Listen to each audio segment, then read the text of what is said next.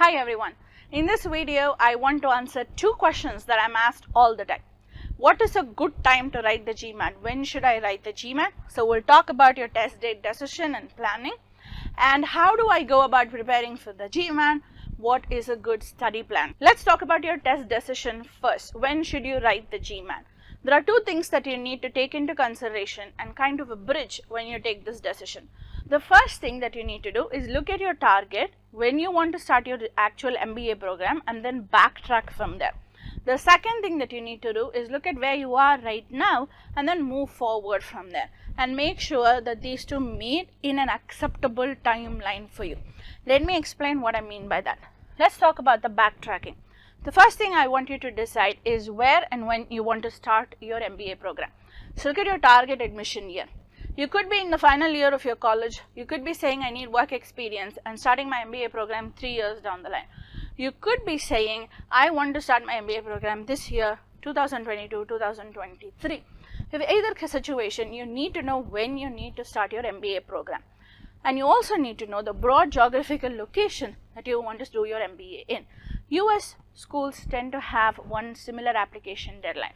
European schools tend to have one set of admission deadlines, and Asian schools tend to have one set of admission dates. So if you know which area you are targeting in terms of the geography, then you can accordingly know what you need to do and when you need to submit your application by.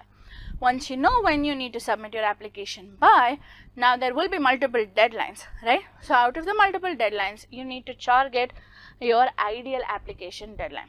You need to choose that. You need to say, my application deadlines for these schools are in October, December and January. October will maximize my chances, so I'm going to submit my application by October. For the schools that I'm targeting, my admission deadlines are either in August or in November. I'm going to catch the August deadline. I'm going to catch the November deadline. You need to determine an ideal application deadline, and my recommendation is the earlier deadline you catch, the better. Earlier you apply, greater your chances of getting an admission and greater your chances of getting a higher scholarship. The number of candidates who have applied till that point would be limited, which means that the schools would be more willing to consider all sorts of profile and will look at you more favorably earlier in the application process.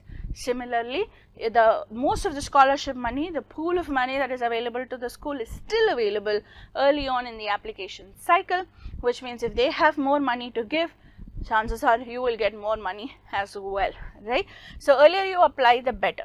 Now remember this, you can't have an admission deadline, target submitting your application on say October 15th and then book your GMAT date on October 14th. There are things that you have to do post GMAT. Technically you have written your GMAT, yes, but you are probably also rushing your application essays, you have rushed your letters of recommendation and so on, and you have not waited for you to receive the official GMAT score. The official GMAT score can take anywhere from 2 to 15 days after your GMAT exam for you to receive, and schools don't accept the unofficial score report that you get from the test center on the day you finish the test. You have to wait for the official score report and then submit it. So if there are multiple deadlines, you're trying to apply to an earlier deadline, but you're applying without the official GMAT score, they'll simply push you to the next application cycle and then consider you an applicant for the next deadline. But if that's the last deadline and you're trying to catch it and you don't have an official score report in place, they might very well say, you know what, apply next year. Well, I'm going to consider your application for this year because your application is not complete. Because you do not know how schools will respond to waiting, because you cannot afford to have the school push your application back or just move you to the next year, you need to make sure you're giving enough time after the GMAT to have the official score report, to have your application essays and every other aspect of your application in place before you submit your application. And that's usually a 5 to 8 week process, and you need to allow time for that, right? Which means that let's say you're targeting applying to a school in December of 2022, looking at writing your GMAT sometime in October or September of this year. So based on backtracking from your admission date and your application deadlines, you have now arrived at a potential GMAT writing window, and you said sometime in September, sometime in October is when I need to write my GMAT. The other way to look at it is to go forward from where you are right now. First step is to take a diagnostic so that you can evaluate where you stand. And you can also obviously set a target score based on the schools that you want to apply to. So if your diagnostic gives you a score of 600 or 620 and your target score is a 720, you need a 100-point improvement, and you need to therefore identify what are your weak areas, what are your strong areas that you capitalize on, and how do you get that 700. What do you already know and what do you still need to know. On the other hand, if you have a 500 and you need to get to a 720 again, there is probably a lot more gaps that you need to fill and a lot more things that you have to work on, which means you will need to give yourself a bigger preparation window in order to get there. So once you know where you stand right now, you can plan the rest of it. You can create a study plan that gets you to where your target score and helps you bridge the gap here. And I want you to create a study plan that focuses on your weak areas. A lot of us tend to practice questions from random sources without actually thinking about what skill we are learning and what gap in our learning we are trying to bridge. What I want you to do is identify your weak areas and plan your study accordingly. So if sentence correction, for example, is your weakest section across SECR and RC, then you need to give more time and more preparation, more conceptual learning, more practice for sentence correction. You cannot afford to say, I'm spending 2 weeks on SE, 2 weeks on CR, 2 weeks on RC, because your skill sets right now are not at the same for these three, but they need to be the same by the time you take your GMAT, which means there are more gaps to fill in sentence correction than in the other two sections. So identify your weak areas and focus on that in creating your study plan. Finally, a love for course correction. There are lots of unexpected hurdles that are likely to happen. You might have a work project that takes up more time than you're expecting it to take. You might have some personal issue or family issue that's making you postpone your GMAT. You might have a health concern. There could be anything. Even you might have nervousness when you're taking your mock test. You've learned everything, you're perfectly fine, you are capable and ready and prepared to score a 740 in the GMAT, but you go and take a mock test and you're all nerves and you end up getting a 650. So that means you need to work on mentally boosting yourself up and being your own cheerleader before you can write the GMAT. And that is a whole other thing that you need to work on. So some course correction will be needed. So based on your skill set, if you think that you're going to take 3 months to prepare for your GMAT, it's more likely it's going to take you 3.5 to 4 months. So you need to plan for that accordingly. And when you plan for all of this, you will have a prep-based test window that you can again arrive at. So you can say, I'm in March of 2022 right now, and I need to work on a lot of areas. It's going to take me at least 7 months to get there. Or you can say, I'm in March 2022. I already know what I need to do. These are the 3 weak areas that I need to target. So I'm writing my GMAT by May. Now you need to match these two and make sure they are in alignment. Your application-based test window that you have arrived at and your prep-based test window that you have arrived at. What do I mean by that? If prep-based you're seeing that it's going to take you 7 months to or 6 months to prepare for your GMAT, and you're trying to apply to some school that has its deadline in 3 months, obviously you're not going to be ready to meet that. So there are 2 things you have to say. You have to either decide, I'm not going to apply for this deadline in 3 months. I'm going to try and target the next application cycle, whether it's next year or next semester.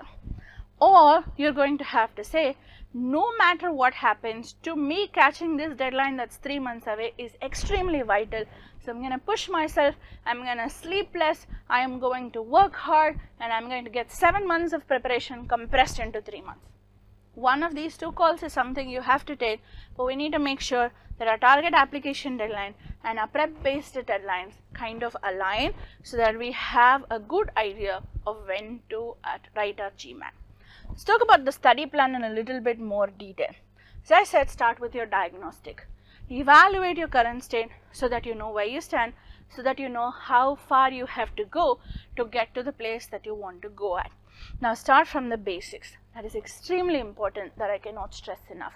We practice from random sources.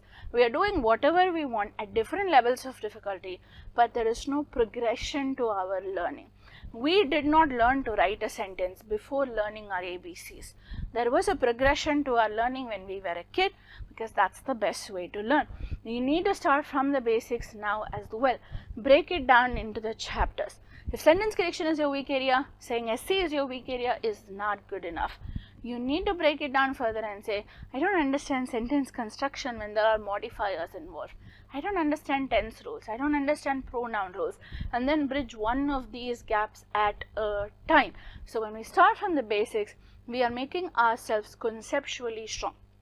The first half of your study plan should focus on conceptual clarity. Concepts that are tested in the GMAT in the manner that they are tested in the GMAT. Once you have that conceptual clarity, the next step is to obviously do tons and tons of practice. Practice and more practice. And the important thing to do is to keep an error log. An error log helps you analyze your performance. You're constantly evaluating how well you have improved and what else are your weak areas and what you need to work on. So it's a good way to check and monitor your progress, and that's extremely vital. The final step is to take mock tests and work on your test taking strategy, how much time you're going to spend on each question type, how much time you are spending on math overall, on quant overall, on verbal overall, which section are you likely to run out of time on, and then what to do if you get stuck in a question, which section to write first. All of those final decisions are the last stage of your preparation. Baskar has done another video on a very detailed study plan. It's classified into 5 stages. I link the video in the description box below. Please check out that video as well. Let's talk numbers, dates for fall 2023. If you are applying right now and you're thinking about starting your MBA program next year, let's talk dates based on what we have discussed so far.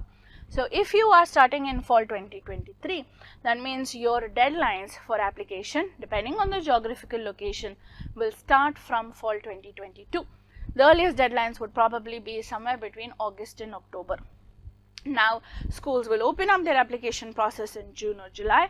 That is when applications will become available. You'll realize what the application essays are, so you can start working on all those other aspects as well. And then you can submit your application.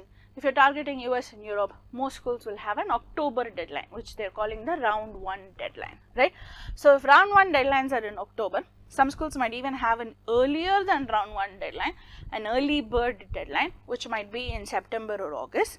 So early October, late September, that's your round 1 deadlines for sure.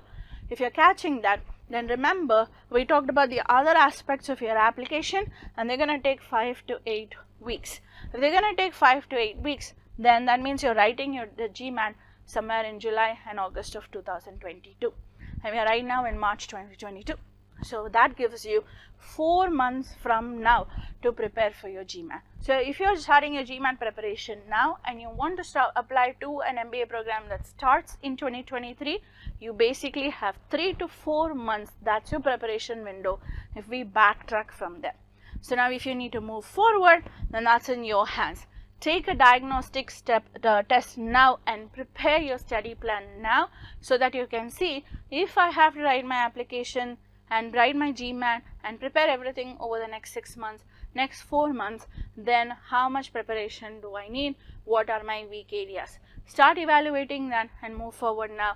I've done the backtracking for you if you're applying in 2023, but you can be the only person to do the forward thinking. You need to do your diagnostic so that you can march forward towards your goal from the month of March 2022. So good luck with your preparation. I'll see you in the next video.